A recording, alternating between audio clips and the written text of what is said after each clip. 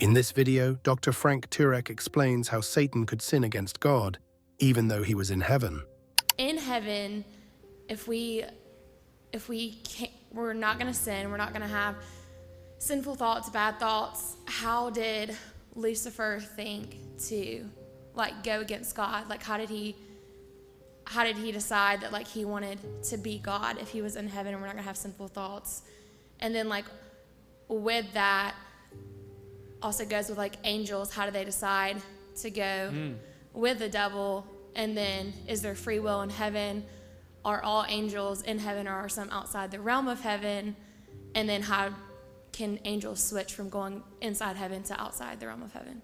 Okay, those are great questions. And I think when it comes to how could Satan have fallen being in the presence of God, first of all, the Bible doesn't really tell us, right? In fact, we don't even know how many angels went with him until you're in Revelation 13 or something, right? There's not a lot in the Old Testament about the fall of Satan. Some try and say, well, it might be embedded in, Isaiah 14 or Isaiah 28, and that's disputed or not when it talks about the king of Babylon and all this. But we don't really know. The Bible doesn't tell us.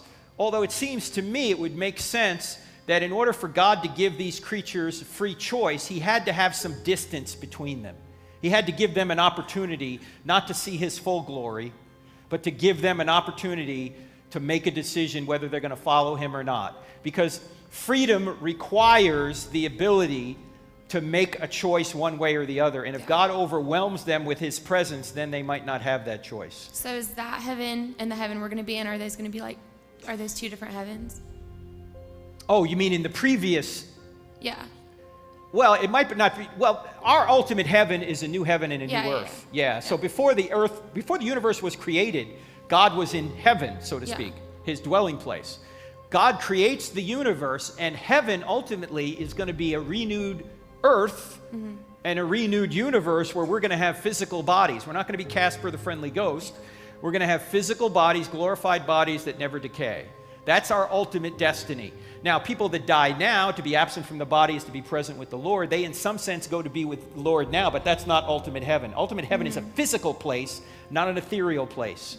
So it's a different place than where Satan and the angels were, because that was an immaterial realm.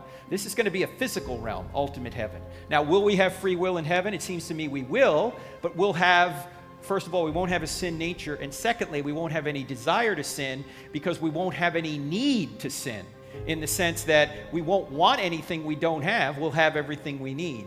The reason we sin now, as I mentioned earlier in the presentation, is usually just one of three things, or a combination thereof: sex, money, or power, relationships, finances, or pride, or power, those kind of things. We take shortcuts to get those good things. Those are good things, right? Sex, money, and power are good things. But we take shortcuts to get them here on earth because we don't have them. In heaven, we won't have any deficiencies. We won't have any need to sin. We'll see God for who he is, 1 John 3, 1 and 2, the beatific vision, and there won't be any need to sin or desire to sin. So with Lucifer, so that gets me thinking, did he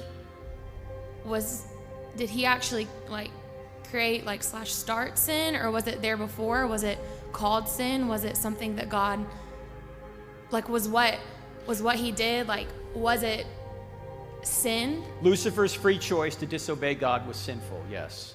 So and then Adam and Eve. Sin, so did God create sin? No. God creates the possibility of sin by giving us free will, right?